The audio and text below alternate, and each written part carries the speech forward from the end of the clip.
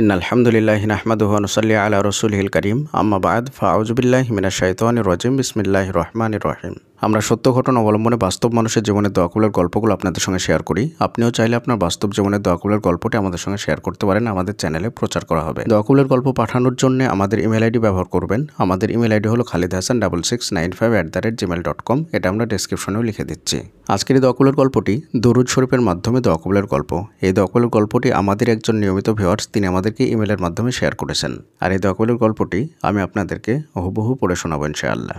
প্রথমে তিনি আমাদেরকে সালাম দিয়েছেন, আসসালামু আলাইকুম। ওয়ালাইকুম আসসালাম রহমতুল্লাহ। তারপরে তিনি লিখছেন, অনেক দিন ধরেই ইচ্ছে ছিল দোয়া কবুলের একটি গল্প শেয়ার করব, যেভাবে অন্যরাও তাদের অভিজ্ঞতা শেয়ার করে।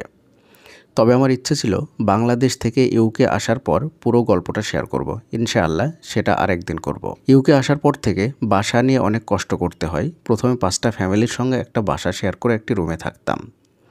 এখন 2টা ফ্যামিলির সঙ্গে শেয়ার করা এক রুমে আছি।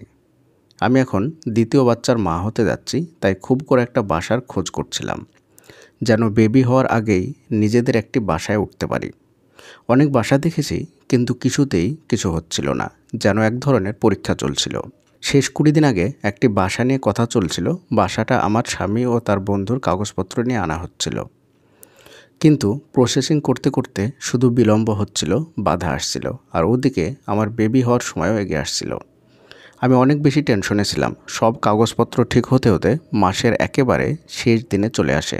29 তারিখে কাগজপত্র ঠিক হয়। এবার টাকার পালা। শুরু হলো আরও বড় যুদ্ধ, টাকা ম্যানেজ করার যুদ্ধ। শেষ পর্যন্ত মাত্র 2 ঘন্টার মধ্যে টাকা জোগাড় হয়। এই সময় আমি কিছু আমল করেছিলাম, আল্লাহর কাছে চোখের পানি ফেলে ফরিয়াদ করেছিলাম।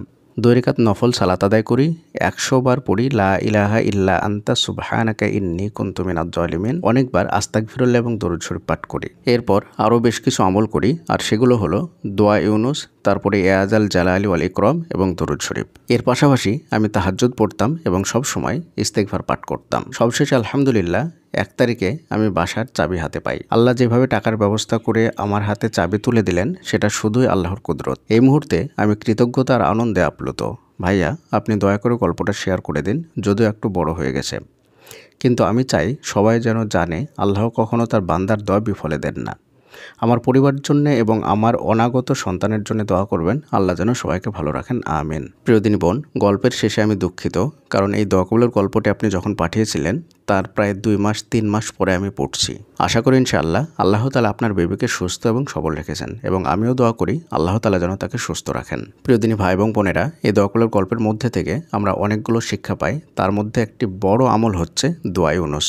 কোনো মুসলিম যদি দোয়া ইউনুস পড়ে আল্লাহ তাআলার নিকটে দোয়া করে, তাহলে অবশ্যই আল্লাহ তাআলা তার দোয়াকে কবুল করে নেন। এখানে আরও বেশ কিছু আমলের কথা তিনি বলেছেন। তার মধ্যে আরও একটি হলো ইয়াজাল জালালি ওয়াল ইকরাম ইয়া হাইয়্যু ইয়া কাইয়্যুম। এটা অনেক বড় শক্তিশালী একটি দোয়া। এই দোয়াটাও পাঠ করতে পারেন আপনারা। এই আমলটি করলে আল্লাহ তাআলা কখনোই আপনাকে খালি ফিরিয়ে দেবেন না। তারপরে তিনি আরও একটা আমল করেছিলেন, আর সেটি হচ্ছে 2 রাকাত নফল সালাত পড়ে আল্লাহর নিকটে দোয়া করেছিলেন। 2 রাকাত নফল সালাতের অনেক বেশি পাওয়ার।